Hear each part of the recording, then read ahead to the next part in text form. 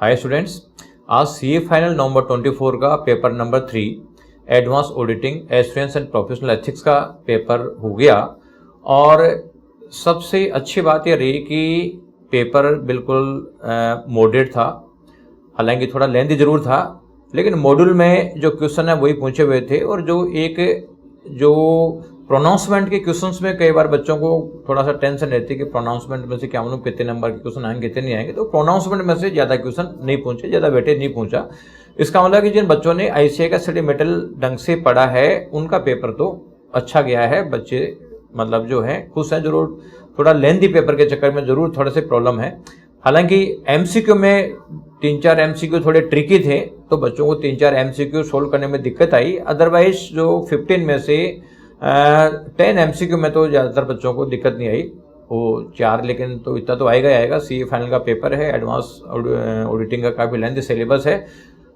कुछ बच्चों को ये डाउट था कि सब पूरे पॉइंट याद नहीं आए, तो पूरे पॉइंट तो याद आएंगे भी नहीं। आप ये उम्मीद मत करो कि सब सारे पॉइंट अपने को ढंग से क्लियर हो जाएं। थ्योरेटिकल सब्जेक्ट है, एज इट इज लैंग्वेज की जरूरत नहीं है। इसलिए जिन बच्चों ने आईसीए का स्टडी मटेरियल से स्टडी करी है और एज इट इज लैंग्वेज उन्होंने नहीं भी लिखी तो भी दिक्कत नहीं है, क्योंकि जो भी रिटेन रहा है उनको आईसीए का स्टडी मटेरियल का रहा है।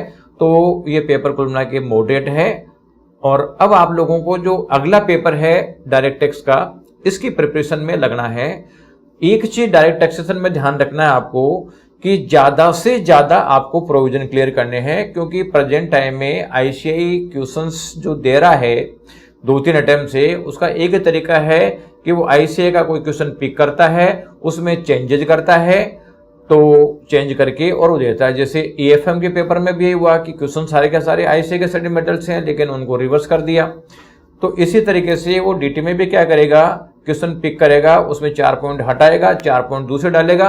तो प्रोविजन अगर आपके क्लियर होंगे तो इसका मतलब है कि आप उसको लिखने की पोजीशन में आ जाओगे। और प्रोविजन क्लियर नहीं है तो जो प्रोविजन कुछ नई एडजस्टमेंट देगा वो करने की पोजीशन में नहीं आओगे।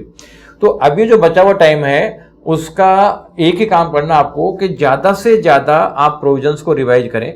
जितना ज्यादा प्रोविजन रिवाइज करोगे और जो क्वेश्चन आपने कर रखे हैं आईसीआई के स्टडी मटेरियल के, उनका आपने जो बेसिक निशान लगा रखे होंगे यार किस किस में कौन कौन से स्पेशल पॉइंट है, उन स्पेशल पॉइंट्स को देख लें और ज्यादा ज्यादा प्रोविजन क्लियर करें।